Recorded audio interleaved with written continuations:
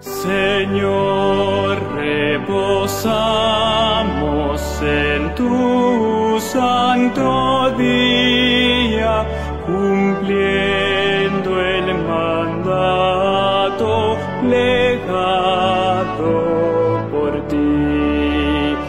Reposo buscamos, Dios nuestro, en tu seno, que así ordenaste en el Sinaí, que así ordenaste en el Sinaí.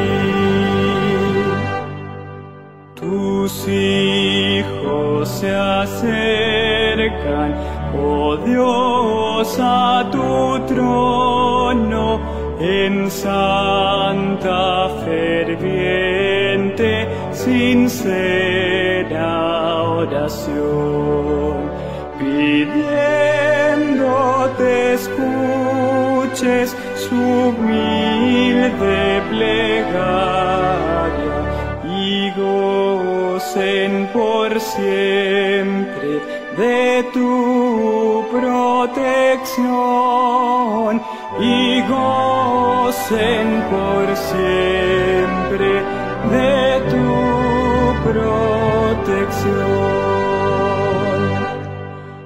Alienta a tus hijos que obtengan victoria, que puedan fielmente tus leyes cumplir.